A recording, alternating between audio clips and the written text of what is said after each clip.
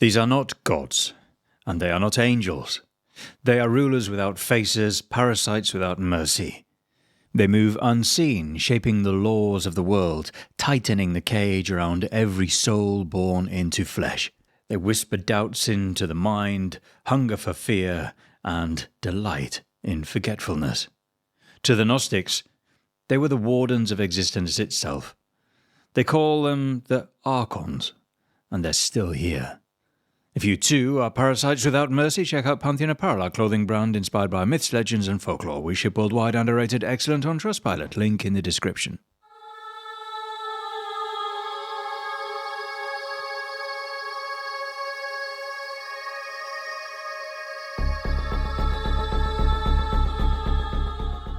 The Demiurge built the cage, shaping matter into a flawless system, but blind to the true source.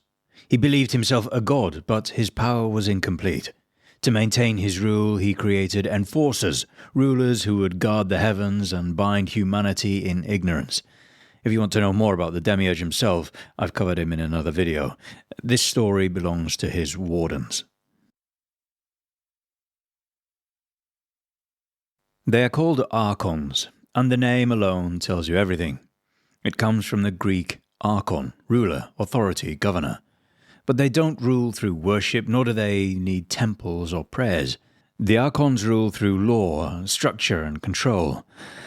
And they do it so silently, most of us never even realize we're being ruled. In Gnostic cosmology, the Archons were jailers. They were born from error, the fallout of a mistake that should never have happened. They serve the Demiurge, yes, but they are not his angels. They are his bureaucracy, his enforcers, his personal machine, operating with instinct, blind to truth, hostile for freedom, obsessed with order. The ancient texts found at the Nag Hammadi describe him in terrifying detail. Their leader, Yaldabaoth, another name for the Demiurge, bears the face of a lion and the body of a serpent, a form that combines predatory power with cold, reptilian instinct. His Archons follow suit. Not beautiful, not divine, but monstrous. A donkey-headed judge, a seven-headed serpent, a baboon with a crown. These are the masks of imitation, snippets of creation worn by those who cannot truly create. They are distortions, copies, reflections without source. And yet, they govern the very structure of reality. The Archons control matter, time, sensation, instinct. They impose the laws of cause and effect, of motion and decay. They assign and they define. They build the systems that trap the soul in distraction, desire and delusion. Where the Demiurge forged the prison, the Archons maintain it, and they are meticulous. To the Gnostics, evil was not wild or chaotic. Evil was regulated, layered, enforced. That is the horror of the Archons. Not that they're monsters, but that they're administrators. That your pain, your fear, your confusion might not be accidents of the world, but deliberate features of the system. The Archons don't need you to believe in them. They only need you to obey without knowing why. To understand the Archons, you have to understand their domain. Reality was not seen as open or free. It was structured, layer upon layer, with the physical world at the bottom and the realm of the spirit sealed far above. The soul in its purest form did not belong here. It had fallen, and rising back to the source wasn't a matter of belief or repentance. It was a battle through bureaucracy. The entire cosmos was imagined as a kind of spiritual fortress. A material world was the lowest floor, the furthest from the source. Above it were 7 layers of heaven, each one ruled by a powerful Archon. These 7 rulers were directly linked to the 7 known planets of the ancient world: the Moon, Mercury, Venus, the Sun, Mars, Jupiter, and Saturn. Each planet was believed to govern one layer of reality, and each one served as a checkpoint, a closed gate the soul had to pass through after death. This ascent was a journey of the soul, mapped out step by step. When a person died, their soul began to rise, but at each planetary sphere it was confronted by a gatekeeper, an Archon, who would test it with interrogation. The Archons questioned the soul, demanded it identify itself, its origin, its knowledge, and its right to proceed. If the soul didn't answer correctly, it had forgotten who it was or where it came from. It would be turned away and cast down into the world of matter, reincarnated, bound again to flesh. But there were ways to resist. In some Gnostic schools, initiates were taught secret knowledge to prepare for death, names of the Archons, passwords, codes, phrases of power. Some texts describe this as spiritual smuggling, slipping past the rulers with forbidden truths. In the first Apocalypse of James, for example, the soul is armed with instructions on what to say when confronted at each gate, survival strategies for escaping the system. Because the Archons weren't punishing the wicked, they weren't offering salvation, they were maintaining order, they were keeping the structure sealed. And in this structure, ignorance was the mechanism. The Archons didn't torment souls for pleasure, they filtered them like administrators working a file system, sorting, resetting, recycling. Souls who failed to remember were sent back, souls who knew too much were challenged harder. Escape was rare, most never made it past the first gate. This wasn't hell, it was worse. It was a system. The sky has always been read as a message. For thousands of years, humanity has looked upwards for signs, fate in the stars, gods in the planets, omens in their motion. But in Gnostic thought, that sky was a message from within the prison, and the planets were not guides, they were locks. Saturn stood at the highest gate, the outermost ring of the prison. He ruled limitation, time, death, decay. Cold, slow, and relentless, Saturn was the final enforcer, the last lock between the soul and the divine realm. His weapon was inevitability. Everything that begins must end, and he made sure of it. His influence on the soul was despair, the sense that no matter what you do, nothing will change. Jupiter, beneath Saturn, ruled over authority, law, and hierarchy. On the surface, he offered justice, but through the archonic lens, his justice was control. A system that rewards obedience, punishes deviation, and keeps souls bound to structure. His influence was the illusion of order, the belief that the system is good because it is well maintained. Mars governed conflict, aggression, blood, and fear. He bound the soul through violence, both external and internal. He inflamed anger, invited war, pushed humans to destroy each other and themselves. Mars didn't just feed off war, he made sure it never ended. The sun should have been a symbol of illumination, but the Archon assigned to it used light to blind. He was the light of distraction, ego, ambition, performance, the belief that power, recognition, or success were the highest truths. The soul caught here didn't feel imprisoned, it felt admired. That was the trap. Venus ruled over pleasure, desire, and seduction. Her domain was beauty twisted into attachment. Through her, the soul was bound by longing, physical, emotional, even spiritual. Love itself, weaponized. A craving that could never be fulfilled. Mercury, the messenger, governed communication, knowledge, thought, but not truth. His trap was misdirection. Endless words with no wisdom, endless thoughts with no clarity. He clouded the mind with complexity, contradiction, and noise. The soul that stalled here did not suffer from ignorance, but from confusion. And finally, the moon, the closest gate to the world of flesh. She ruled over illusion, instinct, the subconscious. Her power was rhythm, the cycle of sleep and waking, birth and death, forgetfulness and return. She governed the veil between spirit and body, and her influence kept the soul anchored in repetition. The moon was the beginning of the descent, and for many souls, the place they returned to, again and again and again. These seven ruled the heavens and conditions of existence. They weren't external threats, however, they were internalized, mirrored in human behavior, culture, emotion. Each one locked the soul in a different way, and each one had to be passed to escape the system. And so the horror deepens. The planets we once saw as divine, as noble lights, were in fact barriers. The heavens were not a map, they were a security system, and the Archons were not beings of honour, they were locks on the cage.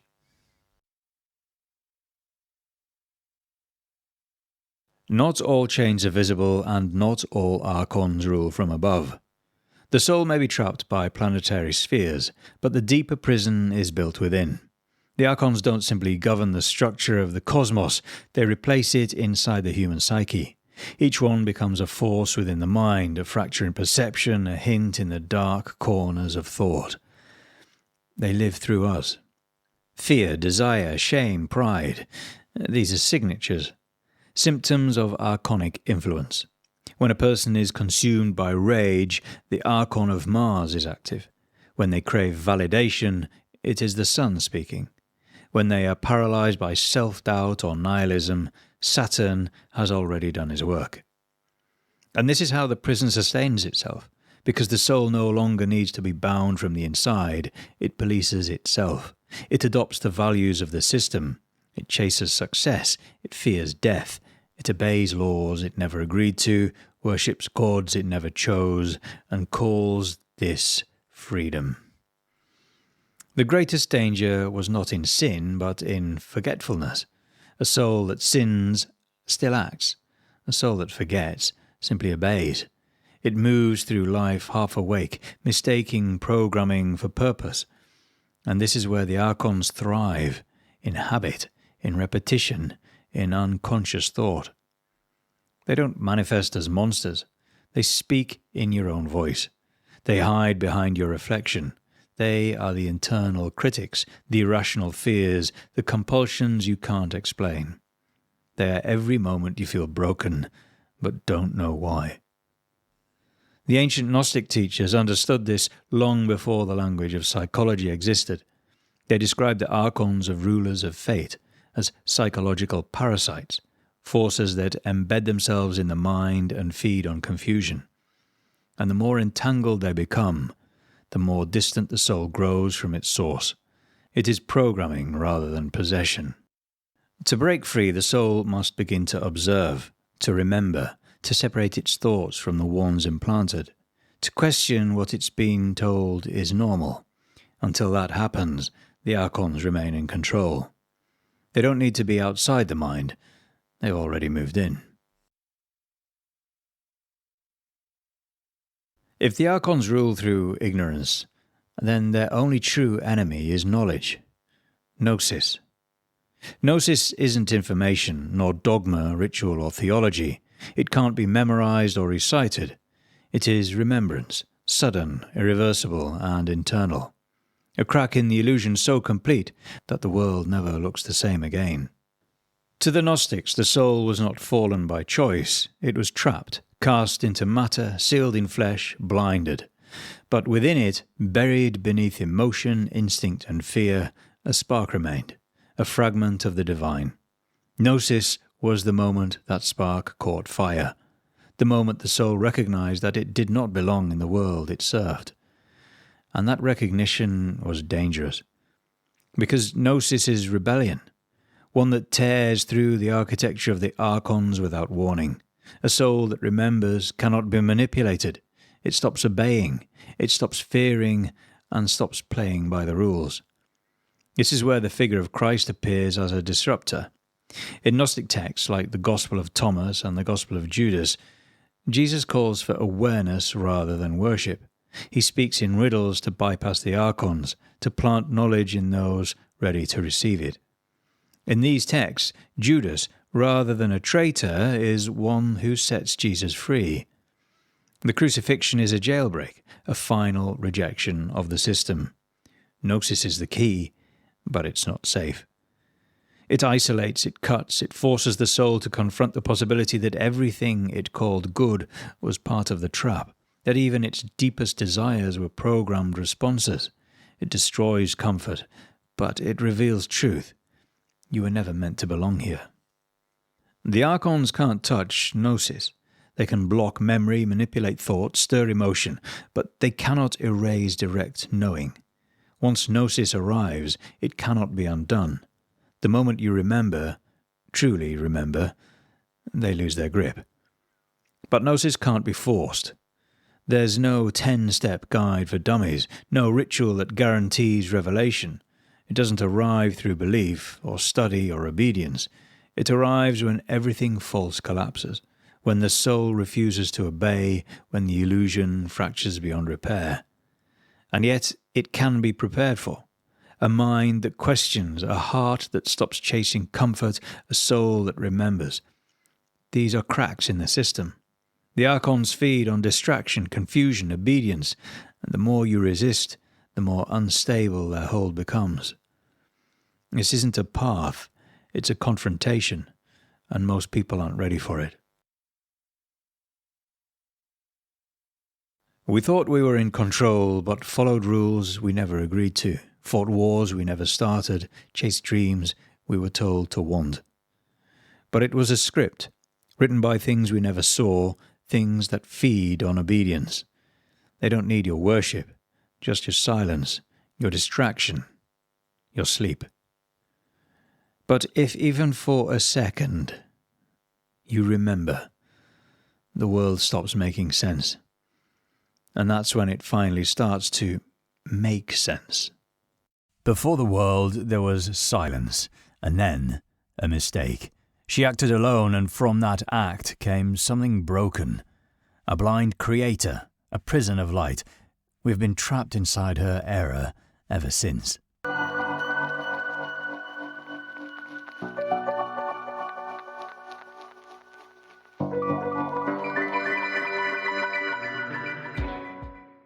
Pleroma. It's a Gnostic concept. It means fullness, something far more alien than perfection or divinity as we usually imagine them. A metaphysical realm beyond time, beyond death, beyond even creation itself. A reality made entirely of spirit, no flesh or form, no distance between beings, only being itself, undivided and whole.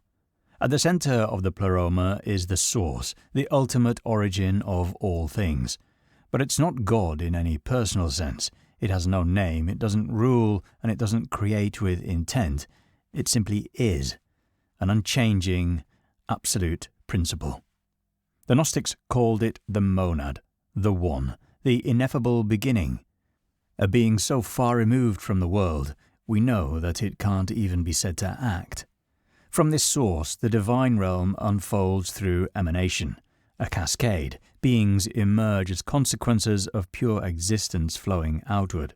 These beings are called aeons, eternal principles, divine minds, emanations of the source's inner nature. Each aeon reflects a specific attribute of the divine: thought, will, grace, truth, life, light. They emerge in pairs, known as syzygies. Male and female, active and receptive, always balanced. Each pair reflects a harmony of opposites, stabilizing the structure of the pleroma like pillars holding up a temple of spirit. Together, the aeons form the architecture, a hierarchy of spiritual beings who do not rule over anything. They simply are. There is no chaos in this realm, no decay, no passion, no movement beyond what must unfold. It is a closed circuit of perfection, a stillness so complete that even thought moves like light across glass. But not all aeons are created equal from the source. The further they emanate, the fainter the echo. The outermost aeons dwell near the boundary of the pleroma, closest to the threshold where spirit might collapse into shadow. And it is here we find Sophia. She is wisdom, the raw metaphysical force of understanding. She too was one half of a syzygy, paired with Christos or Theos depending on the version. Their union reflected the union of mind and spirit. Their role was to contemplate the source and reflect its truth back to the pleroma. But Sophia was not satisfied. A yearning stirred within her, something unprecedented. She wanted to understand the source directly, by reaching toward it herself, alone. This was not allowed. There are no commandments in the pleroma, but there is structure. and Sophia broke it through curiosity, longing. She tried to bring forth something from herself without her pair. She emanated alone, and from that unauthorized act came the first rupture in reality. Something was born that did not belong, something malformed, and perfection was lost. What Sophia enclosed was a new condition of existence. The space surrounding her emanation was unlike anything else the Aeons had known. In the Pleroma, all was complete, but this was partial, a realm defined by what it lacked. The Gnostics called it Kemona, emptiness, absence, a space where form could exist without source, where movement was no longer tethered to harmony. Time began here. Division began here. The structure Sophia had shielded her creation within became the first veil. Subtle, luminous, but unanchored, and something within it began to stir. Inside the Kemona, something opened its eyes for the first time with no memory of what had formed it. It simply was, aware, alone, and powerful. This was the Demiurge, Yaldabaoth, a being born through isolation, shaped by a process no other Aeon had ever known. He saw nothing beyond himself, and so believed there was nothing beyond himself, and in that ignorance he spoke the first false truth. I am God, and there is no other. With that declaration, the veil sealed behind him. The Pleroma fell silent, and within the Kemona, creation began.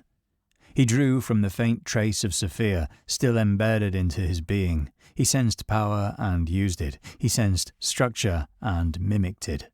But the result was incomplete, unstable, an order built without context. To hold it together, he generated extensions of himself. These became the Archons, rulers of the realm he was building, each one a distorted echo of the Aeons above, bearing function without essence, authority without origin. They governed by design, enforcing boundaries Yaldabaoth himself could barely comprehend. Sophia watched from beyond the veil. She couldn't undo what had taken shape, but her essence was now scattered throughout it, threaded into matter, light, breath. The world Yaldabaoth created bore her imprint, even if it did not know her name. The Pleroma remained untouched. Beneath it something had begun, something incomplete, and now it would grow. Sophia was not cast out, but the world had changed, and she no longer stood where she once did. The veil she had formed to contain her emanation became a boundary. A presence hovered between two realms, the Pleroma where fullness remained untouched, and the Kemona where something new had begun to stir. She was no longer home.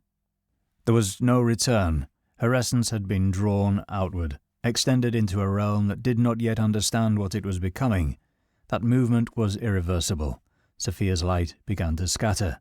It passed into the unfinished, into matter, into time, into the breath of a world that had been shaped without knowledge but still bore her trace. The Gnostics believed this light, this divine spark, is within us. Something of her resides in every living being as a memory so distant it feels like longing, a pull towards something we cannot name, and yet somehow we recognize. We don't hear Sophia, we ache with her. The material world doesn't oppose her, it conceals her. The structures built by Yaldabaoth and his Archons offer order without understanding, form without insight. It is a system that convinces you there is nothing outside it, and within that system the spark sleeps. But there is a way back, through Gnosis, direct knowing, a recognition that the world is incomplete, that we are incomplete, that the questions we carry are remnants of something older than the cosmos itself. To awaken is to see through the world rather than escape, to feel Sophia's presence as revelation. Each awakening is a point of return, for us and for her. Her redemption? It unfolds with every fragment that remembers itself, every spark that wakes, every soul that sees clearly for the first time. She is within, and her return begins when we remember what she never forgot. Sophia's story is the framework we still live inside. A world built by something blind, maintained by systems that reward imitation over understanding. We've learned to call it progress, order, reality. But the Gnostics would call it the same thing Yaldabaoth built. A perfect illusion. We wake, we work, we consume, we repeat. And the structure holds. The Archons have changed their faces, but the pattern remains. A world that keeps you too busy to remember, too distracted to ask what's missing, too tired to look for what's been forgotten. And yet, the spark moves. It always does. It stirs in moments of beauty that ache, in grief that feels too deep to name, in questions that never go away. Every time something in us looks beyond what's given, Sophia moves through us. She has never been a goddess to worship. She is part of us that refuses to sleep. Awakening. Her story isn't a fall from grace. It's about what we do with the fragments left behind, whether we keep repeating what the Demiurge made or remember what she lost, trying to reach something higher. Maybe the world hasn't changed at all. Maybe we're still trapped in the moment she reached too far. The question isn't whether Sophia will return. It's whether we will. There is a sun that gives no warmth, a sun that hangs, still, heavy, and hollow, like an omen carved into the sky. It absorbs meaning and hope, and those who see it awaken. The ancients feared it, the mystics named it, and the moment you face it, everything begins to unravel, starting with you.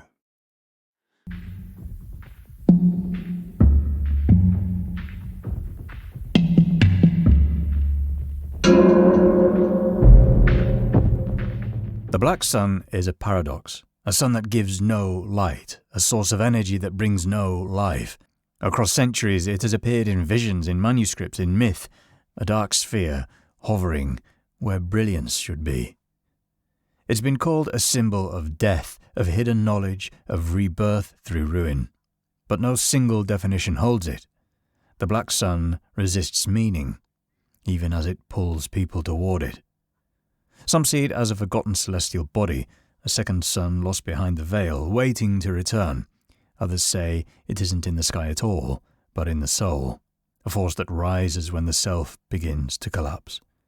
It is a symbol that survives because it disturbs. Unlike the golden sun that governs the day and order, the black sun belongs to night, to inversion, to things hidden beneath the surface of the world. It is both ancient and modern, beautiful and terrifying, a beacon for seekers and a warning to those who look too long.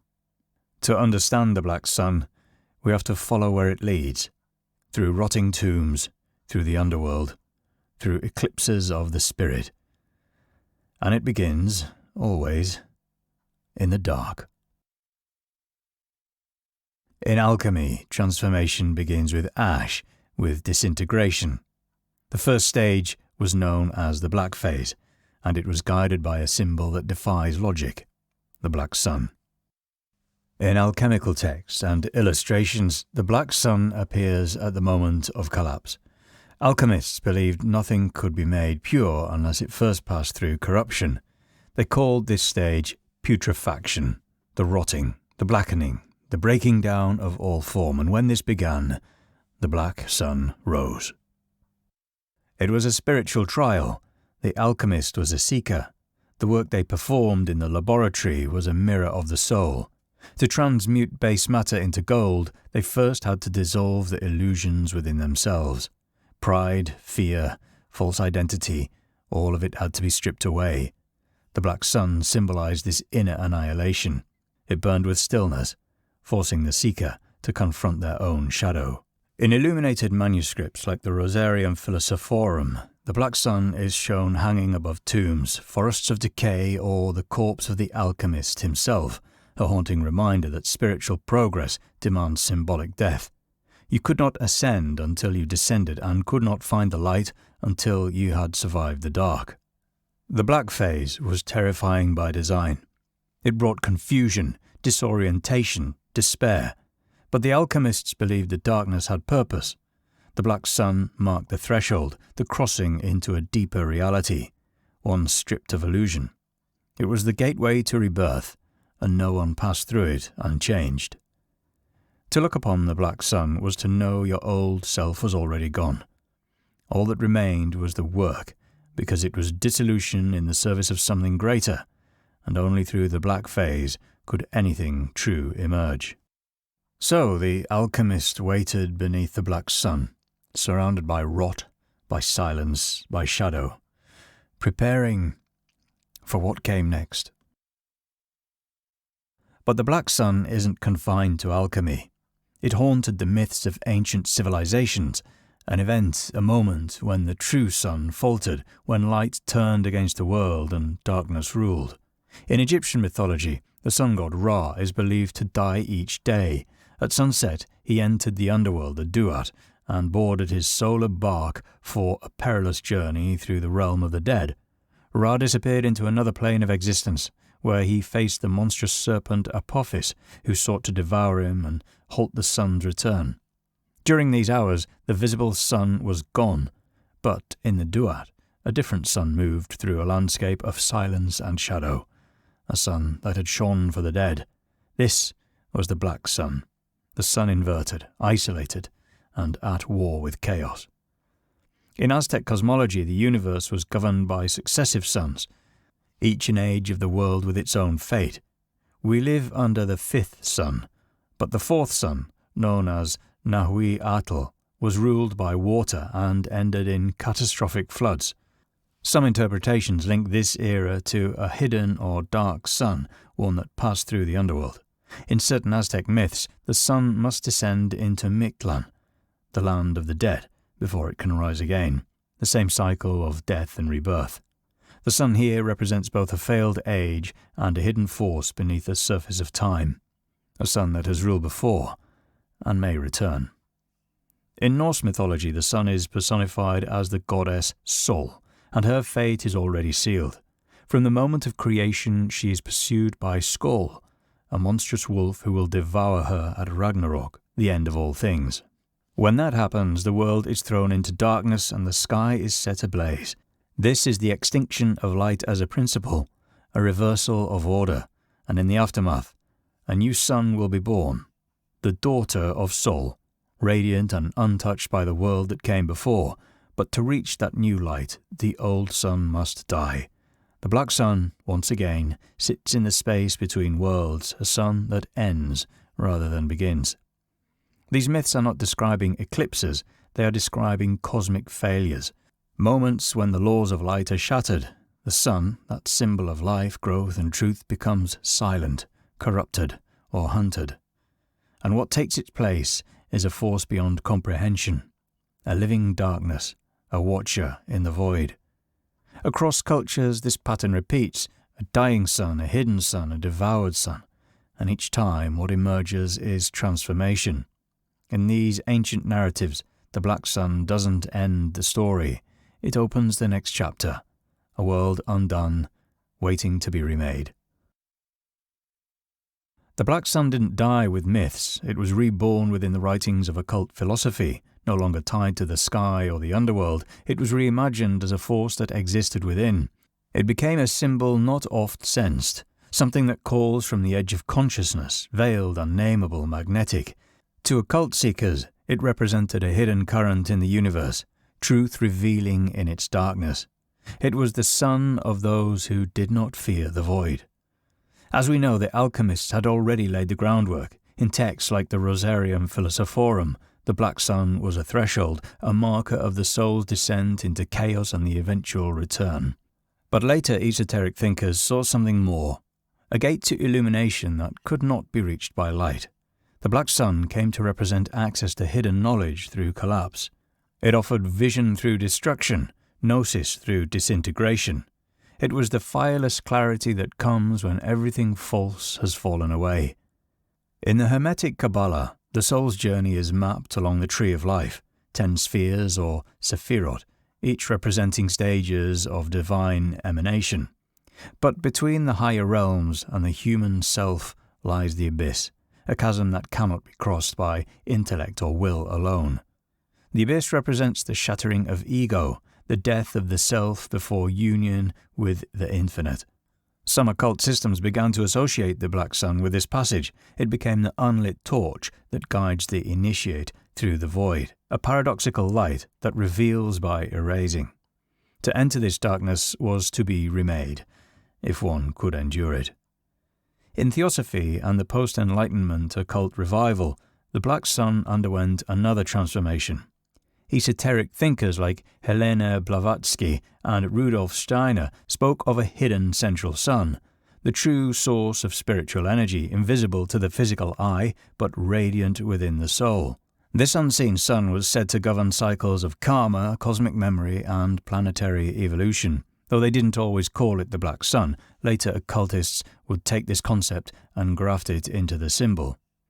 The black sun became the sun behind the sun, the origin point of all hidden forces, a primal source older than the gods of light, unknowable and, in that unknowability, terrifying. In Saturnian mysticism, the black sun took on an even more esoteric weight. Saturn, the planet of endings, discipline and restriction, was venerated as the gatekeeper of transformation. Certain magical orders, such as the Fraternitas Saturni, regarded Saturn as a spiritual boundary, the edge between the known world and the abyss beyond. Here the black sun emerged as a final ordeal, a crucible of the self.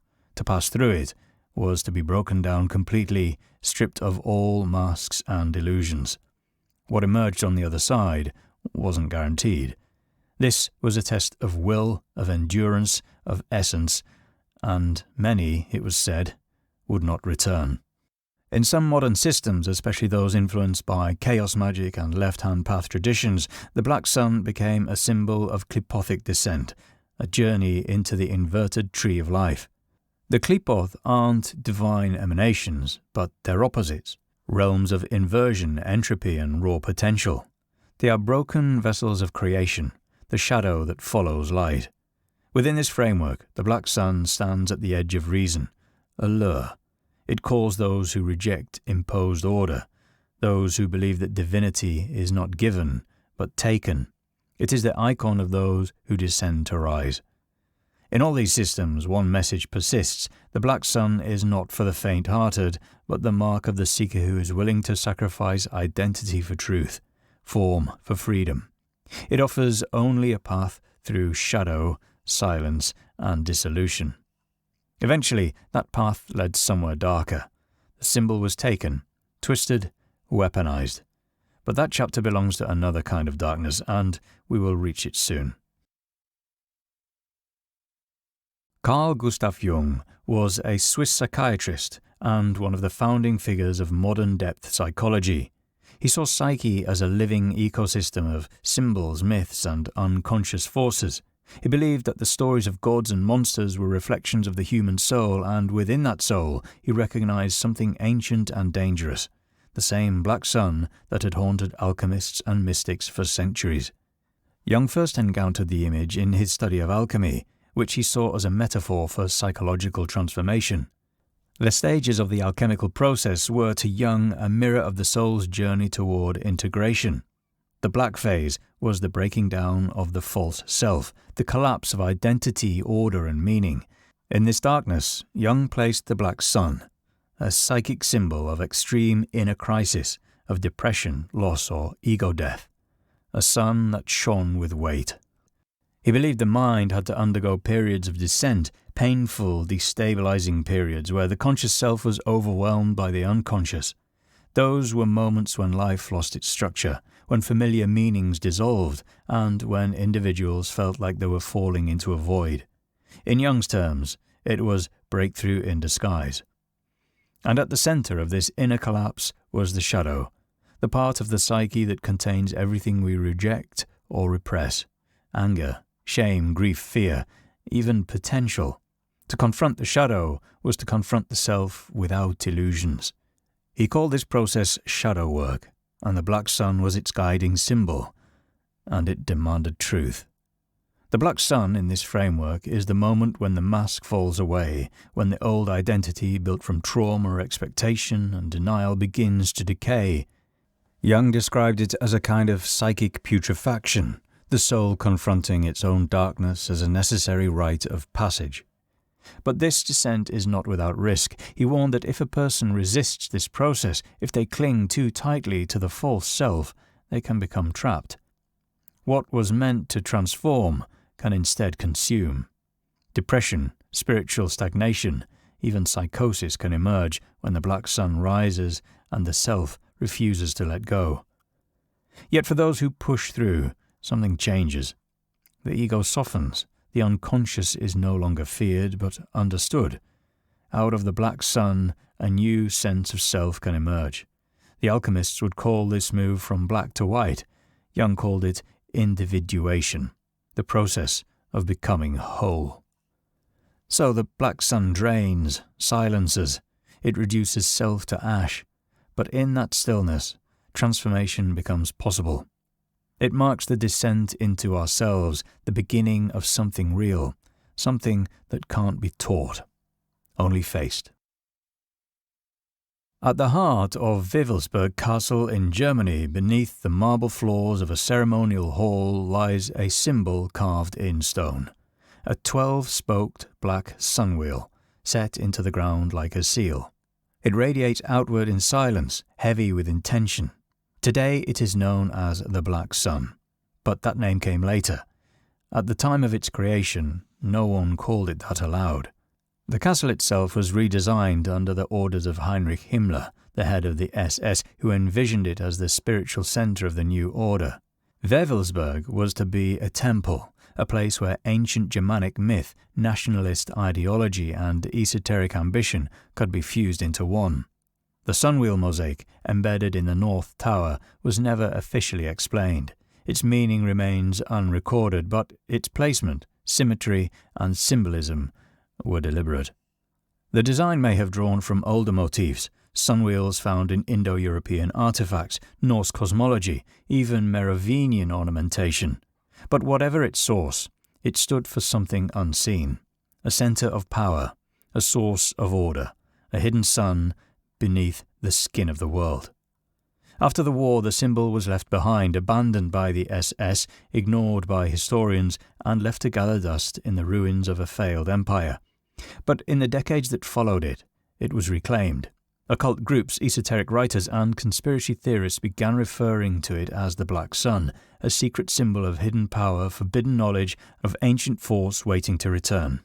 And from there it spread.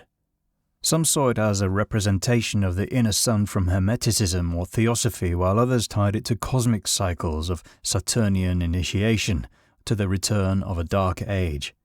But not all who used it sought wisdom.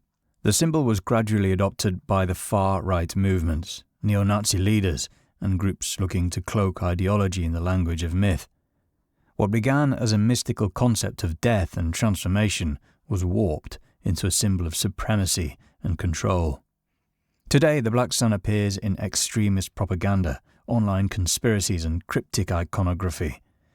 It still shows up in esoteric circles too, used by those who claim to seek inner truth, but its meaning is no longer clear.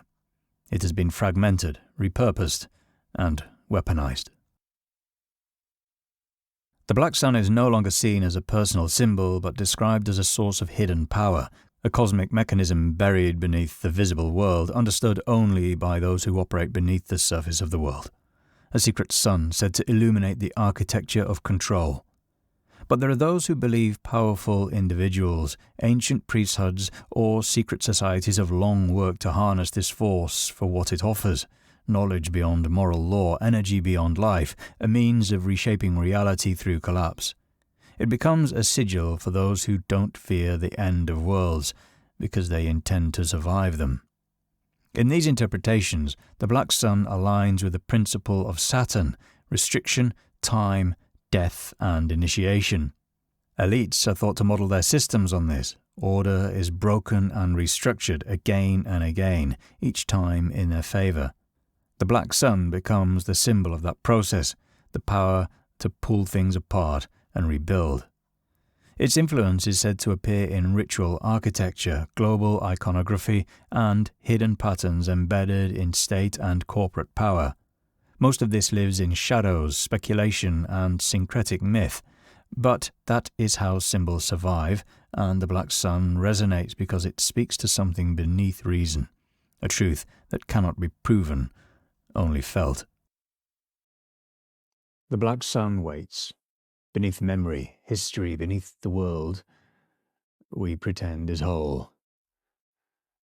And it shines behind closed eyes, behind locked doors, behind every moment we feel something breaking. You don't escape it, you don't reason with it. You enter, and something else comes out. The black sun never dies. It burns in silence, feeding on the parts of us we tried to bury. And if you ever feel it staring back, it's because you're already inside.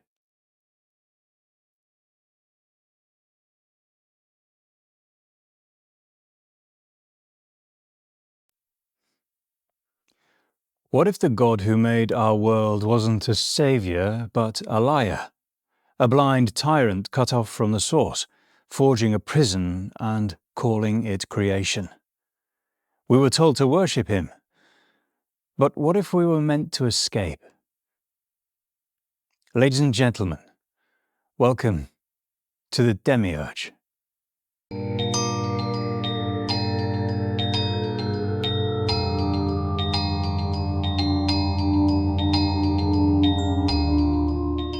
He is the architect behind reality as we know it, a being whispered about in Gnostic texts, feared in occult traditions, and reimagined in everything from philosophy to science fiction. To some, he is the craftsman of the cosmos. To others, he is the ultimate deceiver. And if the ancient heretics were right, he's still ruling. Plato was the first to name him. In Timaeus, written in the 4th century BCE, Plato describes a being he calls the Demiurgos, the craftsman. No god of thunder or justice, or father figure watching over creation, but pure intellect. He shapes the universe through chaos, shapeless, eternal matter, and imposes order upon it. He's not a god in the way that we understand gods. He's a function, a principle, a force of organization. The Demiurge acts with unshakable precision. He gazes upon the eternal forms, those perfect, unchanging blueprints that exist in a realm beyond time, and begins to mold matter to match. The form of justice, the form of beauty, the form of triangle. These are the purest version of every concept that can exist, and the craftsman's task is to copy them. He's like a builder tracing sacred geometry, following a design he didn't draw and would never alter. He sees the raw confusion of the cosmos and shapes it into something that reflects higher truth. From disorder, he pulls the stars into their constellation. From instability, he draws the laws of motion, proportion, harmony. He brings time into being by setting the heavens in motion. He crafts the soul of the universe, what Plato calls the world soul, a vast conscious entity that stretches across all of reality, binding every piece into a single living whole. It is beautiful, structured, complete. But there is no mercy in it. No cruelty either, only symmetry. Only the logic of perfection. The Demiurge isn't evil, but he's not good either. Neutral, you could say. He doesn't bless, punish, nor care. He simply performs the role of order itself. What he builds isn't a sanctuary, but a system, a flawless structure where every element has its place, even you. And so we are left with a question that still haunts philosophy. When a force imposes structure upon chaos, is that act a gift or a chain? Is the Demiurge a creator or the first warden? And if the world itself is a masterpiece of logic, then what place is left for freedom? From the 2nd to the 4th century CE, Gnostic sects spread across the ancient world. To understand the Demiurge, we have to go back even further, to a time before time, to the very nature of being itself. To their followers, the material realm offered no wisdom or revelation, only confinement. Creation itself was a flaw, a cut in the fabric of reality. And at its center stood a single being known by many names: Yaldabaoth, Saklas, Samael, creator, tyrant, pretender. 3 names for the same blind force that shaped the world in error. In the beginning there was only the monad, a boundless silent source. From this infinite presence emanated the pleroma, the realm of pure spirit. It was fullness without weight, light without shadow. Within this expanse moved the eons, eternal beings who reflected the monad's essence. Each one held a facet of truth, mind, grace, and wisdom. But wisdom reached too far. Sophia, the eon of insight, sought to know the unknowable directly. Her act was solitary, unbalanced, and irreversible. From her rupture emerged a force, vast, malformed, and blind to its origin. This was the Demiurge. He came into being outside Pleroma, without knowledge of the source and without harmony. He saw only himself, surrounded by chaos. He began to shape it. He gathered matter and carved out the heavens. He set the stars into motion. He formed the earth and filled it with creatures. And at the height of his work, he raised his voice and declared, "I am God, and there is no other beside me." But the monad remained untouched. The true source remained silent, and the one who shaped the world remained unaware. His arrogance was delusion, a blind creator, creating a world in imitation of something he couldn't comprehend. His law became structure. His isolation became worship. From the perspective of the Gnostics, the cosmos itself bears the imprint of that ignorance. Time itself, they believed, twisted with the imprint of error. Matter, they claimed, carried the tremor of its malformed origin. Morality flows from a flawed origin, and within this system he planted his greatest invention: humanity. Souls fractured from the pleroma, sealed in flesh, veiled in forgetfulness. Each one a spark of spirit hidden inside a machine. But even the Demiurge cannot reach the soul directly. He creates forms, he commands structures, yet the spark remains alien to him. Gnostics believed that within this prison lies the possibility of escape, but not through faith or obedience, but through Gnosis. The soul must remember its source. The lie must be recognized from within the illusion. The Demiurge is worse than the devil, a cosmic orphan, confined of his own supremacy. A builder lost in his own design, a being who governs reality through ignorance, law, and certainty, never through wisdom. He is the God who does not question himself, and that is the most dangerous kind of God there is. Creation in the hands of the Demiurge was never liberation. It was containment. To maintain his illusion of divinity, the Demiurge filled the heavens with servants, Archons. These were his administrators, rulers tasked with governing the layers of reality. Each one held dominion over a planetary sphere, forming a ladder between the material world and the true source. This was the cage. The Archons regulate movement between the realms. They assign laws to matter, they bind souls to time. Their presence isn't limited to the physical world. They stretch across the heavens, occupying the spaces between flesh and spirit. In Gnostic cosmology, the human soul must pass through each of these spheres after death, confronting the very beings who kept it veiled in ignorance. Some texts speak of passwords, deceptions, of resistance. No soul rises freely. Each step upward is a challenge, and each gate a confrontation. The soul, still flickering in the spark of the pleroma, carries something that Archons cannot touch: memory. And so they obscure, they question, they test. The journey back to the source isn't a straight line, but a gauntlet built by those who believe themselves rightful rulers in the in-between. These spheres echo older systems.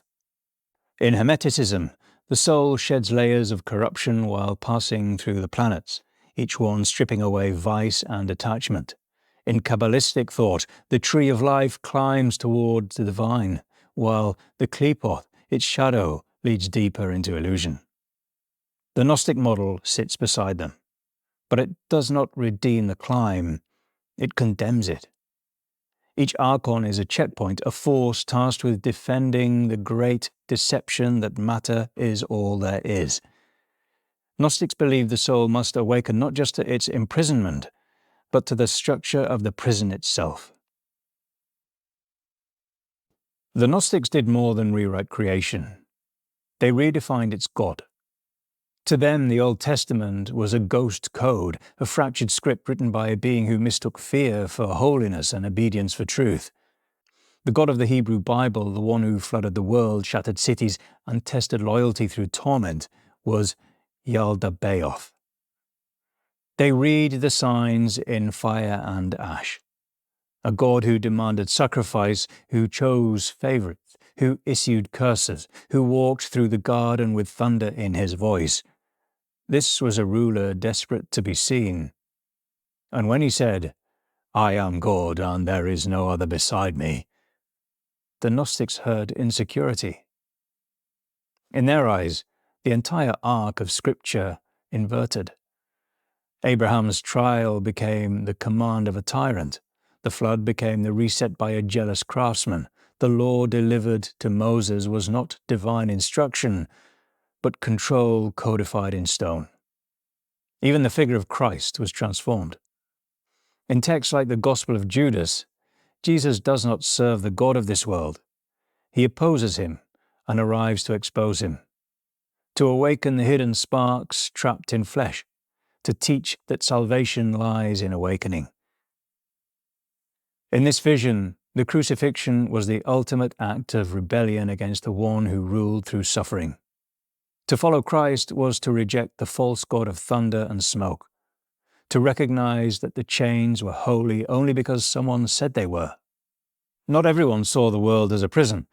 In the 3rd century CE, a philosopher named Plotinus stood at the edge of that abyss and refused to fall in. His work, the Enneads, was a defense of existence as something meaningful, not mistaken, a declaration that the world, for all its flaws, was still rooted in the good. Plotinus didn't deny suffering, corruption, or limitation, but to him, these were signs of a flawed creator, the inevitable consequence of distance. Everything begins with the One, an infinite source beyond thought, beyond form, beyond comprehension. It doesn't think, it simply is. It overflows. From that overflowing comes nous, the divine intellect. From nous, the world soul, and from the world soul, the material realm. This is a hierarchy of proximity. The closer something is to the One, the more real it becomes. The further it drifts, the dimmer its light. Matter is not evil, it is simply furthest from the source. In this vision, the Demiurge is no blind tyrant. He is the ordering principle of the cosmos, a force of structure that reflects the divine intellect. He brings harmony, not delusion. Where the Gnostics saw a counterfeit god ruling a broken system, Plotinus saw beauty unfolding in degrees. The soul's journey was a return through creation by contemplation, virtue, and inner ascent. Every soul, no matter how lost, still holds the trace of the One, like sunlight clinging to a distant wall. Gnosticism told us that to exist is to fall, to be trapped in the aftermath of a cosmic era. Neoplatonism answered that to exist is to participate, however faintly, in the radiance of the real. The same world, two readings, one a cage, one a gift. As the Middle Ages ended and the Renaissance dawned, Europe rediscovered the wisdom of antiquity. Texts long buried in monasteries or preserved in the Islamic world came flooding back. Plato, Plotinus, and above all, the Hermetica, writings attributed to Hermes Trismegistus. To Renaissance thinkers like Marsilio Ficino and Giovanni Pico della Mirandola, these were not relics of a dead past, they were keys to a hidden unity. Prisca Theologia, a single primordial truth running through paganism, Judaism, and Christianity alike. In this synthesis, the Demiurge was honored as the great architect, a craftsman who ordered the heavens according to divine mathematics. Ficino, who translated Plato and the Hermetica, saw the world as a living harmony. Music, astrology, and magic were all ways of aligning human life with the order of the cosmos. Pico pushed further, arguing that man stood at the center of creation, free to ascend toward the angels or descend toward the beasts, a reflection of the demiurgic principle of freedom within structure. Where the Gnostics had seen a prison, the minds of Florence saw a ladder. This Renaissance reimagining also gave the Demiurge new faces. Sometimes he was linked with Hermes Trismegistus, the mythical sage said to bring Egyptian and Greek wisdom, a prophet of architecture. Sometimes he was mirrored in Christ himself, as Logos, the ordering word through which the world was shaped. In both cases, the Demiurge ceased to be a blind tyrant and instead became a channel for divine wisdom, shaping reality as a mirror of higher perfection. Yet the cracks of creation remained.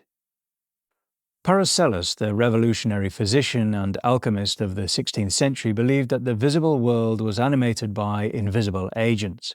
He wrote of elementals, gnomes of earth, undines of water, sylphs of air, and salamanders of fire. These beings were not demons nor angels, but spiritual reflections of the natural order.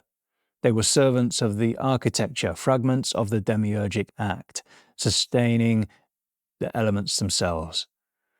To interact with them was to glimpse the scaffolding of reality, the hidden maintenance of the world. Meanwhile, Kabbalah, entering Christian circles through translations in the Renaissance, added yet another lens. The Sephirot, the 10 emanations of divine light, described creation as a cascading descent from infinite unity into finite matter.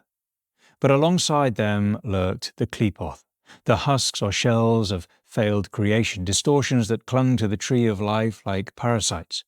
They represented the shadow side of the demiurgic process, the imperfections that arise when divine light fractures. Here, creation contained residue, imbalance, and danger. The Renaissance vision of the Demiurge is therefore not one of simple praise. It is double-edged. He is the wise builder, yes, the geometer who traced the stars and measured the harmonies of the spheres. But he is also the figure through whom imperfection leaks into being, the one whose architecture contains cracks and shadows. In these esoteric systems, the Demiurge became less a single tyrant and more a principle, the hand that shapes the world, whether in harmony or flaw. As for the magicians, alchemists, and mystics of the Renaissance, it was a map. Through music, ritual, astrology, and alchemy, they believed one could rise back through the layers of reality, retracing the demiurgic pattern toward the source itself. In the sanctums of secret societies, the Demiurge was hinted at, encoded in symbols, buried in rituals only the initiated could decode. The Freemasons invoked the great architect of the universe, a figure of order and balance. But this architect was never named. In a tradition where symbols are everything, anonymity matters. The square and compass trace the architecture of the universe itself.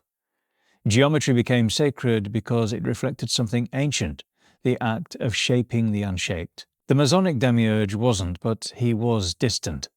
He laid the blueprint. What men built with it was their test. Further underground, the Rosicrucians spoke of hidden masters, celestial hierarchies and layers of unseen reality. They inherited the Hermetic and Neoplatonic systems, expanding them into metaphysical maps where each plane of existence had its ruler, its architect, its gatekeeper. The Demiurge was one such power, presiding over the dense material realm. Not malevolent, but limiting. A necessary veil over truth. The material world was, in their view, flawed, concealed deliberately. Alchemical symbols hid his fingerprint. The transmutation of base metals was about piercing through the crust of creation. By the 19th century, these systems evolved again. Helena Blavatsky, founder of Theosophy, taught that the Demiurge was a lesser logos, a being who initiates physical evolution but cannot grasp spiritual ascent. He is a builder acting on instinct, a cosmic functionary unaware of the source that birthed him. In her view, the true divine source was always beyond, and evolution was a rebellion against its blindness. He built the stage. We were meant to outgrow the script. Then came Aleister Crowley. Where others spiritualized the Demiurge, he weaponized him. In Thelema, the Demiurge is every voice telling you who to be, every law written in stone, every system pretending to offer freedom. Crowley's occultism taught that true will, the soul's path, unchained, can only be found by smashing the architecture built around you. Whether it looks like religion, morality, or even enlightenment, if it's a system, it's a trap. The Demiurge is the god of those traps. And so within the mystery schools, the Demiurge becomes a concept, a guardian of limitation, placed between you and the real. Not to be destroyed, but surpassed. His is an initiation, but only if you refuse to stop at the temple doors. The fear that reality is a lie older than science fiction, but in the 20th and 21st centuries it returned with new names, new visions, and new technology. Philip K. Dick, one of the most visionary science fiction writers of the modern era, experienced this collapse of perceived reality firsthand in 1974. After a strange experience involving a pink beam of light, Dick became convinced that time was broken. He believed that the Roman Empire had never ended, that history itself was a projection, and that a higher intelligence, Velis, the vast active living intelligence system, had contacted him. Through novels like Ubik, Velis, and The Divine Invasion, Dick blurred the lines between fiction and revelation. His stories offered an unsettling echo of Gnostic thought. Reality is a prison, and the true world lies just beyond the glitch. Cinema followed. Films like The Matrix, Dark City, The Truman Show, and Westworld all center on a single premise. The world is fake, and someone built it that way. These creators are not saviors but wardens. Some are machines, some are corporate overlords, some are simply storytellers, but they all write the rules. The protagonists awakened to the reality where choice was an illusion, freedom was choreographed, and every memory was a product of manipulation. In philosophy and tech culture, this idea found new life in simulation theories. Thinkers and public figures, including Elon Musk, have entertained the possibility that reality is a computer simulation, so precise in its construction that we fail to recognize its artificial nature. This theory reframes the ancient Gnostic claim that we are not experiencing truth, but a fabricated overlay. Our universe is a rendering. The architect, whether machine or mind, remains hidden behind the veil. Modern conspiracies have also resurrected Gnostic imagery. Talk of reptilian overlords, astral parasites, and false light beings mirrors the Gnostic Archons, beings who rule through deception, distortion, and control. The aim is not to please the ruler of this world, but to expose him, to tear down the stage and find the source beyond. If the Demiurge is real, then theology itself is inverted. The God at the centre of countless prayers and doctrines may not be the source of love, but the source of limitation. The world, with its cruelty, its chaos, its endless cycles of pain, is not broken because of human sin, but because the architect of its laws built it that way. This isn't a fall from grace, it's a misalignment with truth. Salvation, then, is not about submission. It's about memory, recovering the knowledge of a forgotten origin. The soul is not guilty, but lost. Christ was not a sacrifice to satisfy the Creator, but a messenger who came to expose him. His teachings were tools for escape, the cross, the signal flare. This reimagining sends tremors through religion. It casts suspicion on texts, rituals, even morality itself. If the rules are written by a lesser God, then obeying them may only deepen the illusion. And yet, this is not a call to nihilism. It is a call to clarity, to ask what lies beneath its voice. In the modern age, the Demiurge becomes the structure that resists change, the invisible hand that arranges lives into systems. He's present in institutions that demand conformity, in ideologies that punish deviation, in technologies that record and direct behavior. In this view, to awaken is to recognize the forces that mold thought, perception, and desire. The question is no longer, why is there evil? But who built the conditions in which evil thrives? If reality is a trap, then theology becomes the blueprint, and freedom begins by refusing to take the design at face value. He is the God who builds without wisdom, the ruler who demands obedience but fears truth. He is the architect of the trap, but not its key. He forged the heavens as walls and called it salvation, sealed the spirit in flesh and named it life. Every breath you take is within his system, every thought bound to his pattern. And if you feel the fracture, the distant pull beyond the veil, you may still have time. But most of us will never know we're asleep.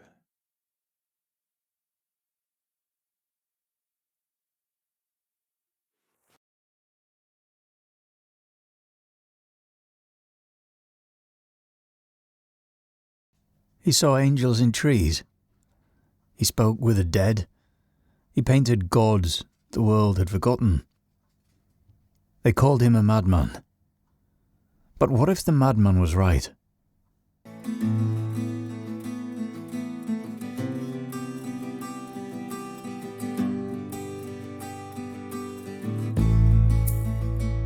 William Blake was born in 1757 into the grey and growing sprawl of London.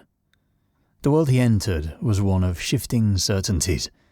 The old gods had been quieted, the scriptures pinned down in print, and across Europe a new order was rising, the Enlightenment. The universe, once seen as alive with angels and demons, was now a system of forces, equations, and natural laws. Newton's mechanics explained the heavens, Locke redefined the mind, science had replaced mystery, rationalism was now king. But Blake never bowed to that order. From an early age he claimed to sense things no one else could. Experiences that don't align with doctrine or science, strange impressions, unseen presences. His earliest years were shaped by encounters that would stay with him for life. Whatever he witnessed, it left him convinced that the world most people saw was only half the truth, and that something deeper, older and more dangerous was hidden behind it. His family was working class, and education was limited. He didn't attend school. Instead, he was taught to read and write at home by his mother, just enough to open the Bible.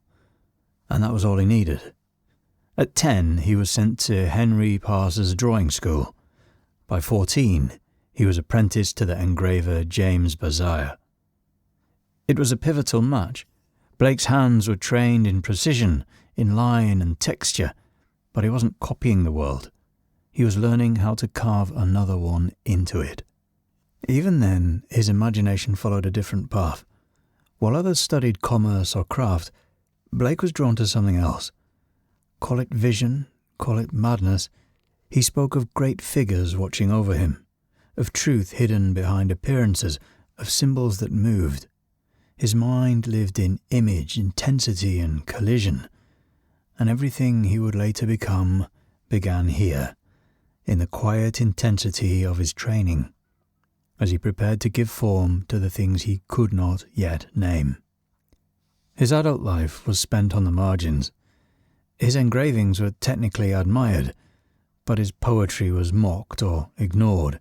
His books, songs of innocence and experience, the marriage of heaven and hell, Jerusalem, were strange, symbolic, out of step with fashion. Few bought them. Fewer understood them. He survived through private commissions and the support of a handful of devoted patrons, but his name never found a firm place among the cultural elite of Georgian London. Still, he remained defiant. He believed the world had fallen under a spell of false order. He saw how religion had hardened into dogma, how science, for all its clarity, stripped the world of wonder. He believed humanity had been severed from something essential, a connection to the eternal, to vision, to truth. To most, William Blake was a minor poet with delusions of grandeur, but he didn't see himself that way. He was a messenger, and soon we'll see what that message actually was.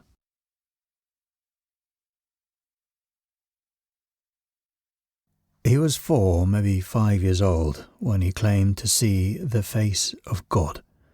Not in a dream, but in broad daylight, looking through the window of his home. He didn't say it resembled God. He said it was God. A figure of blinding light and infinite gravity peering through the veil that separated this world from the next. It didn't need to speak. Its presence alone was enough to shatter everything he'd been told was real. Most children might have cried or hidden, but Blake didn't. He accepted it. That moment would define the rest of his life. From then on, he would live between two realities, the one everyone else agreed upon, and the one he knew to be true. A few years later, he saw something even stranger. A tree, alive with light. Its branches were full of angels, beings with wings, faces, robes, and fire. They moved, watched, glowed. The entire tree shimmered as if lit from within by heaven itself. Blake described it plainly. No flourish, just fact. He saw it, and once you'd seen something eternal, you don't forget. You start wondering why others can't see it too. He tried to explain these experiences to the adults around him. Some believed him, most didn't. Some urged him to stop. A few feared what he might become. But Blake never questioned what he saw, not once. They were glimpses of a reality deeper than the one around him, and they never stopped. As he grew older, the visions became more frequent, more articulate. He claimed to speak with angels, archangels, and the spirits of the dead. He said he received guidance from the Virgin Mary, conversed with the prophets of the Old Testament, and was visited by the souls of poets and saints. He didn't consider himself special, but simply believed he had been given the sight, that once given, it came with responsibility. And then there was Robert. When his younger brother died in 1787, Blake was at his bedside. He watched the life fade from his brother's eyes, felt his final breath, and stayed with the body long after the room fell silent. But the silence didn't last. Days later, Robert returned in radiant clarity. Blake said Robert's spirit had appeared to him and revealed something extraordinary. A method of combining text and image, of etching words and illustrations onto copper plates using acid and ink. a technique no one else in the world was using, a form of spiritual technology. Blake called it illuminated printing, and from that moment forward, every prophecy, every warning, every revelation would be delivered through it. Handcrafted, carved, inked, pressed, and coloured by Blake himself, to the outside world, it was invention, a novel blend of poetry and painting. To Blake, it was divine instruction.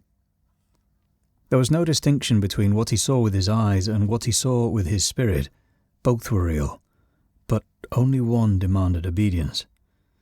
The world of vision, of imagination, was foundational. He didn't argue. He obeyed. To Blake, imagination was a form of perception, a way of accessing truths that the physical world concealed. His contemporaries drew maps of nature and built systems of thought. Blake received visions from something older than Scripture, speaking in fire, in wings, in light. And when they spoke, he carved their words into copper, as if the very act of etching them into the world could hold the veil open a little longer. Blake invented gods to warn, and the first of them was Urizen, his answer to the question, what happens when reason goes too far? Urizen is the god of logic, laws, and control, but not the kind that liberates. His reason confines. In Blake's mythos, Urizen is the one who breaks from unity, declares himself creator, and draws a boundary around infinity. He charts the cosmos with compass and rule, forges laws out of fear, and builds a throne upon separation. He creates the material world not as a gift, but rather a prison, a world locked into systems of morality, obedience, and punishment, a place where vision is chained to the senses and imagination is mocked as madness. Urizen claims to be righteous. He speaks in commandments, he punishes desire, he binds the soul with books and bars. But Blake never paints him as evil for its own sake. Urizen believes he's right. That's what makes him dangerous. He mistakes control for clarity. He calls fear wisdom, chains freedom, and all the while, he insists there is no other way.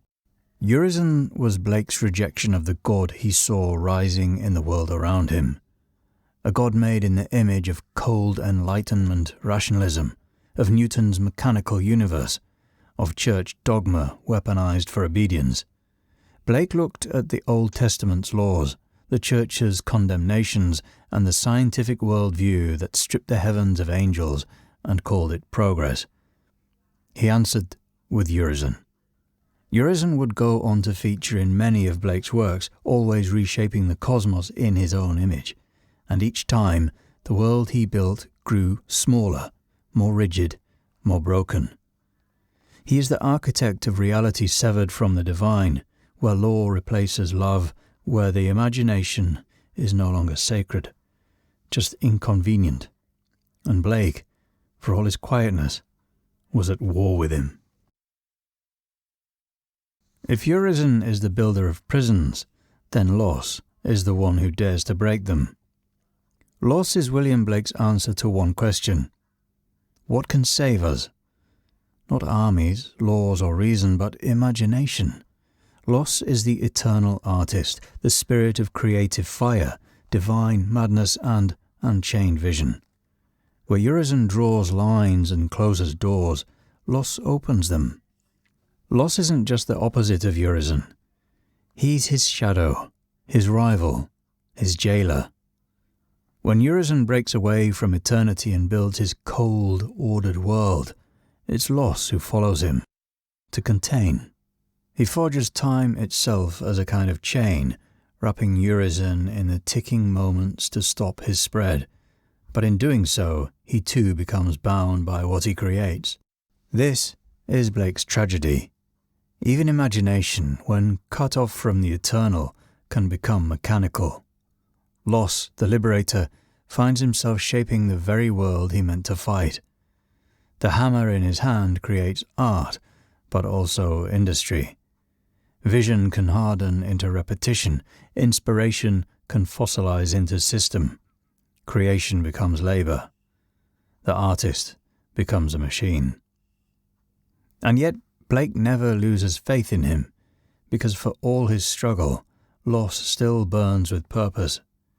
He's the only figure in Blake's myth who works toward redemption. He weeps, he toils, he builds to restore.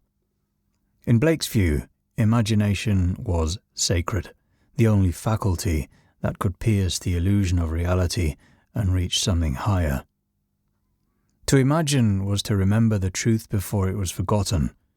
It meant breaking through the lies of empire, dogma, and cold rationality and touching the infinite again. Without imagination, man becomes a cog in someone else's machine. But with it, he becomes something else entirely, a creator, a prophet, a flame. Loss is not perfection. He fails and suffers, but he is the one figure who dares to dream in a world that's forgotten how. And in that act, he becomes Blake's true hero. According to Blake, the human soul was never meant to be divided. It was once whole, a unified being of vision, instinct, reason, and wisdom. But something broke, a fall not just from grace, but from within. And that fall scattered the soul into 4 powers, 4 beings, 4 Zoas. We've already met 2 of them, Urizen, the architect of control, and Los, the struggling spirit of imagination. But the other 2 complete the picture. The first is Tamas, the Zoa of instinct, sensation, and the physical body. He represents the raw experience of being alive, hunger, desire, pain, fear. He's the flesh without filter, the beast within man, but also the grounding force that connects soul to world. When balanced, Tamas is the root of vitality. When fractured, he becomes the source of anxiety, lust, and disconnection. The second is Urthona, the Zoa of wisdom and insight. More than imagination, more than intellect. He is inspiration in its purest form, the flame behind prophecy and poetry. When whole, he allows the soul to see beyond the material, but when he falls, he becomes closed off, retreating into shadow and silence. Los, the artist's myth, is actually the fallen form of Urthona, struggling to remember the fire he once carried. Together, these 4 forces form the architecture of both the cosmos and the individual soul. Urizen rules reason. Los rules imagination. Thanas governs the body. Urthona speaks through insight. In their perfect state, they coexist in harmony, the full spectrum of what it means to be human. But Blake believed this harmony had been shattered. The fall wasn't an event in Eden, but a cosmic catastrophe within every person. Each Zoa turned against the others. Reason declared itself king. Imagination became fragmented. The body grew ashamed. Wisdom withdrew. The soul collapsed inward, and the world became material. This is the true apocalypse in Blake's mythos, a soul so divided it can no longer see eternity. What we call reality, Blake saw as the prison built from this fragmentation. And salvation, if it existed, could only come from remembering what we once were and reuniting what had been broken. In 1790, William Blake unleashed one of the most radical works of his life, The Marriage of Heaven and Hell, a vision carved in contradiction and flame. Written in the voice of the damned, it flipped the script on everything his world held sacred. Blake saw the universe as a tension between 2 necessary forces, one that constructs and one that disrupts. Heaven, in his eyes, was the realm of restraint, order, and cold virtue. It spoke in commandments and demanded submission. Hell, by contrast, was alive with energy, imagination, and desire. It burned with rebellion, passion, and the power to create. Blake didn't see these as moral opposites, but as equal parts of human nature. To separate them was to cripple the soul. He described this fusion through paradox, that real wisdom begins in excess, that energy is the source of delight, that without friction there can be no movement. These ideas were crystallized in what he called the Proverbs of Hell, short, enigmatic phrases that read like scripture from another world. The road of excess leads to the palace of wisdom. Prisons are built with stones of law, brothels, and bricks of religion. You never know what is enough unless you know what is more than enough. Exuberance is beauty. These were designed to expose the lies buried beneath conventional virtue. Blake believed that what society called holy was often dead inside, and what it called sinful might carry the fire of truth. In The Marriage of Heaven and Hell, angels lecture, devils reply. A dialogue unfolds between order and imagination, between elimination and liberation, and Blake, standing between both, doesn't choose sides. He weds them. He insists that creation itself depends on their union. The book is a reclamation, a reminder that divinity doesn't live only in obedience, but also in rage, in lust, in creativity, and in contradiction. Where others saw hell as a pit, Blake saw it as a forge, where the soul is awakened. Ink, copper, and fire. These are the tools Blake used to deliver his visions. His art wasn't secondary to his poetry, it was part of the message. Each piece formed a visual scripture crafted to transmit something eternal, and his method, illuminated printing, was dictated by the visions themselves. This technique, revealed to him by the spirit of his dead brother Robert, allowed him to fuse word and image on the same copper plate. The words were handwritten in reverse using acid-resistant liquid. Images were drawn directly around them, all in a single unified act. The plate was then etched with acid, inked, printed by hand, and painstakingly coloured. The process was slow and solitary, but it gave him complete control over format, sequence, tone, and texture. Every copy was different. Every page was personal.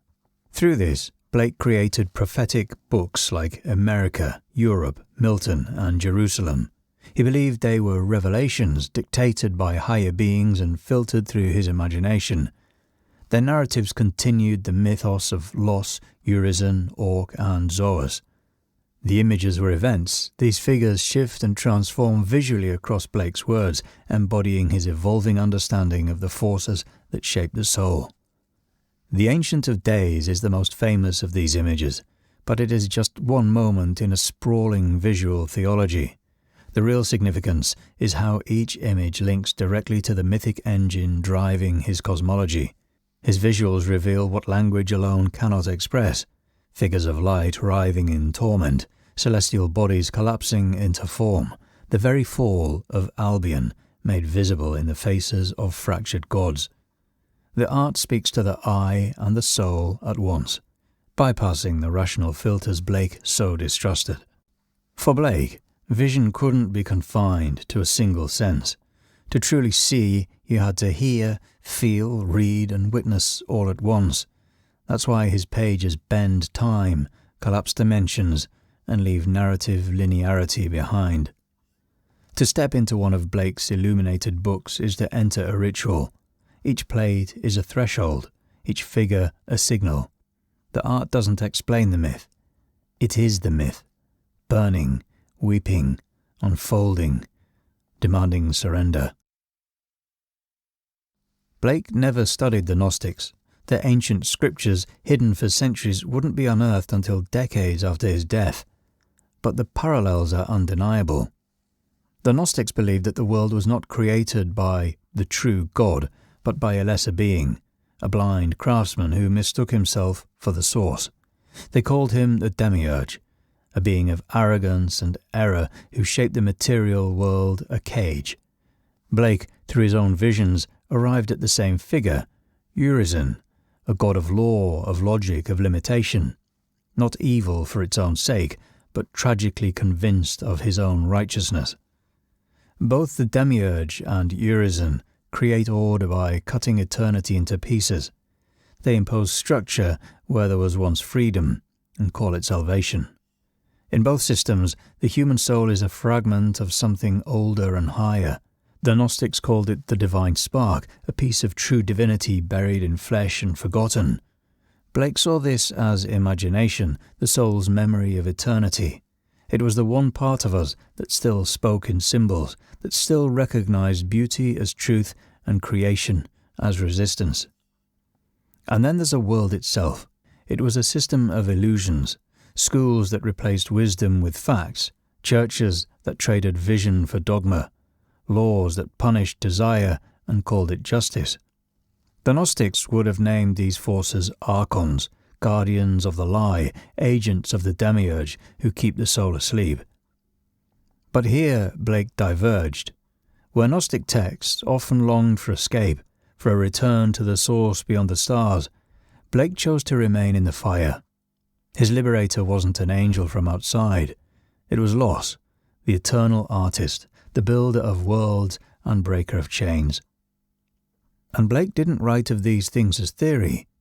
He saw them. He heard them. His revelations came from direct encounter, visions that erupted through his senses and demanded to be carved into copper and ink. So while he may never have read a single Gnostic word, he saw what they saw: a broken cosmos, a sleeping soul. He died as he lived, with a vision in his hands.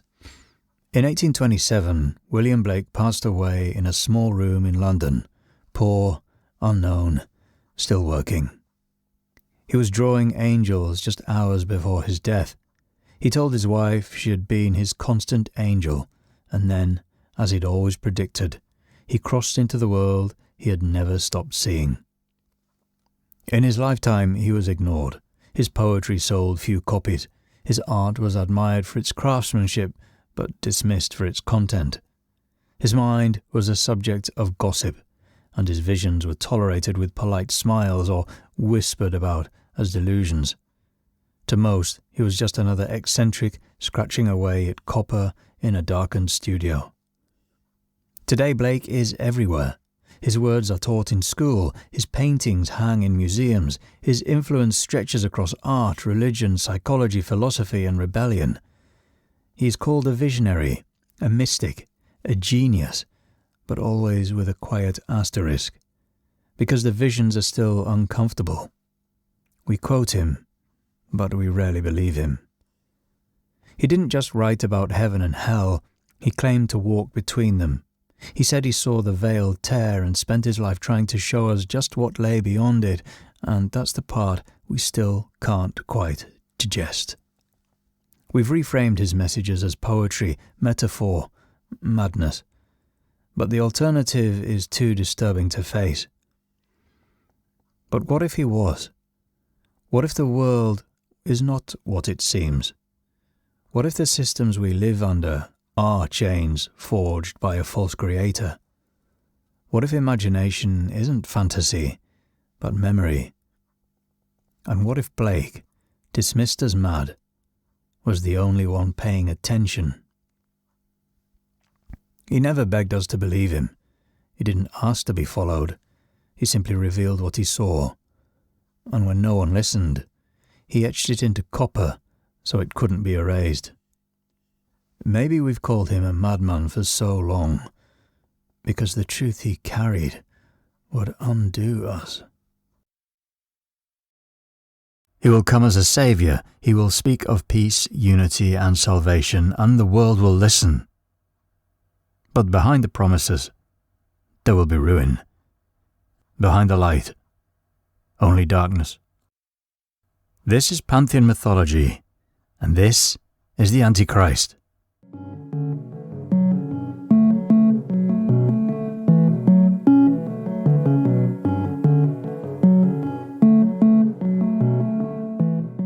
The Antichrist is the ultimate deceiver, the great adversary, the final tyrant in the story of the world's end. For centuries, he's been reimagined, accused, and feared. To understand him, we need to start where it all began. It began in visions, dreams that tore through the minds of prophets, leaving images no human should have to see. In the book of Daniel, visions twist kingdoms into beasts. A lion with eagle's wings, a devouring bear, a four-headed leopard, and then something worse. A final beast of iron teeth, its body bristling with horns, one of them small, yet alive, a little horn, with eyes like a man, speaking blasphemies against heaven.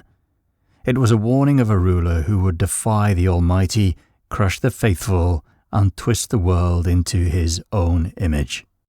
Centuries later, the book of Revelation would sharpen these visions into a nightmare. A beast crowned with 10 horns speaks with the voice of a dragon. Another rises from the earth, performing miracles that deceive the nations. Over them, the dragon, ancient and ageless, makes war on the saints, determined to drag creation into the abyss. The word Antichrist, however, doesn't come from Daniel or Revelation. It appears in the letters of John, a term for the ultimate deceiver, the one who denies Christ. But across centuries of interpretation, these visions, prophecies, and names are fused into a single figure, the adversary of the end times. And so, the cast of the apocalypse takes its place. First comes the beast, rebellion given flesh, born in the churn of chaos, its power rising to rule the nations with iron and blasphemy. Beside it walks the false prophet, a sorcerer of counterfeit wonders, twisting faith until it serves the will of the beast alone. And above them, unseen but never absent, coils the dragon, Satan himself, whispering power into their hands, setting the world ablaze to claim it as his own. The story plays out like a theatre of doom, each act darker than the last. In the first, the world fractures. War and famine tear through nations, plague follows close behind, and false messiahs appear with silver tongues, offering salvation that tastes of ash. In the second, the beast ascends to its throne. The nations bow, and the mark is given, burn into flesh or worn upon the hand or forehead, without which no one can buy or sell. It's a mark of allegiance, a pledge of loyalty to the beast itself, and for those who dare to count its number, the vision gives it plainly. 666, the number of a man, and yet something far older. In the third, the world is swallowed by tribulation. The faithful are hunted, their blood running in the streets, until the sky splits open and the true Christ returns, to end the beast, to end the dragon, and to bring a reckoning written in blood long before the first stone of the world was laid. He is the fallen king, the Saviour turned serpent, the ruler whose crown is forged from betrayal. He steps into the world not as a conqueror, but as the long-awaited deliverer. In the aftermath of famine, war, and despair, his voice promises healing for a broken age. His rise feels like the end of chaos, the dawn of peace. Yet this dawn is false. Beneath the light coils the darkness, patient and deliberate, concealing venom until it's too late. Where the true Messiah brings truth, he weaves lies. Where the true Messiah offers freedom, he binds in chains. This is the false Messiah, a betrayal older than Scripture. His kingdom isn't taken by force, but built through deception so complete that it becomes indistinguishable from truth. He is the wolf in shepherd's robes, leading through a trust so deep that his followers will believe they defend the good even as they serve the destroyer. His reign is a crucible, forcing humanity to see beyond appearances or be lost to them forever. Many will follow him willingly. Some will be drawn to his charisma, captivated by the certainty in his words. Others will yield because stability is more tempting than freedom when the world is falling apart. This is how tyranny thrives. It presents itself as safety, removes the burden of choice, and convinces its subjects that obedience is the only path to survival. The Antichrist belongs to an archetype as old as the first stories told by firelight. Myths speak of rulers whose virtue rotted into domination, of champions who rose as protectors but fell as oppressors. Lucifer's rebellion is the clearest reflection of this pattern, a being of splendor who sought the Creator's throne and was cast into the abyss. The Antichrist is that rebellion reborn, clothed in flesh, walking among the living. He isn't the tyrant who rules by terror alone, but the enemy welcomed with open arms, whose embrace leads the world to ruin. The Antichrist may belong to Christian prophecy, but his presence can be traced across the memory of humanity. Again and again, civilizations have told of a final adversary, a figure who rises at the end of an age, offering hope while guiding the world to its collapse. In Islam, he is the Dajjal. His appearance will mark a time when the earth is stripped bare, crops fail, water runs dry, hunger gnaws at the living. His one uncovered eye will sweep over the desperate, and he will feed them, but only if they submit. Cities will fall under his banner by invitation rather than conquest. He will make the righteous doubt and the corrupt believe they are chosen, until Isa descends to end his reign in a final decisive blow. In Zoroastrianism, he isn't a man at all, but Angra Mainyu, the eternal enemy of light. His war against Ahura Mazda began before the shaping of the world and will not end until creation itself is threatened. His touch rots what it meets. Rivers turn into poison, crops to dust, trust to suspicion. The day of his triumph won't be heralded by armies, but by the slow unravelling of everything ordered and good, until only a hollow shell of the world remains. In Gnosticism, the danger comes from deception on the grandest scale. The Demiurge is a false creator who built the physical world as a prison. The beauty of nature, the structures of society, even the laws of reality, are all part of that cage. Most will never realize they are trapped, and fewer will dare to break the walls. In the Norse sagas, the end begins with fire. Surtur, the giant from the south, will march with a blade brighter than the sun, and every step will set the earth alight. His flames will consume gods and men without distinction. Alongside him moves Loki, the architect of betrayal, unleashing the monsters and forces that will shatter the last bonds of the world. In Hinduism, the Kali Yuga isn't a single adversary but an entire age of decline. Truth becomes rare, greed becomes common, and violence becomes the language of power. Family turns against family, rulers exploit the weak without shame, and the earth itself begins to waste away, awaiting the moment of its renewal, a renewal that will only come through the annihilation of what remains. These aren't the same figure, yet they carry the same weight. Each is the final shadow on the horizon, the one who arrives when hope has drained away, when the world has neither the will or strength to resist. A prophecy, a weapon. His image is as much a product of human ambition as it is of scripture. Across the centuries, the figure of the final deceiver has been wielded like a blade, branding enemies as agents of the apocalypse, rallying followers through shared terror, and silencing opposition under the shadow of eternal damnation. To name someone the Antichrist is to strip away their humanity, to place them outside the reach of reason or mercy. Once the accusation is made, there's no debate left, only the call for their end. In the Middle Ages, Protestant reformers saw the papal throne as the seat of the beast itself. To them, Rome was a false empire reborn, its authority a counterfeit kingdom defying God. Papal wealth and influence became evidence of prophecy fulfilled. In return, the Catholic Church turned the same charge against its enemies, painting dissenters as servants of the final tyrant.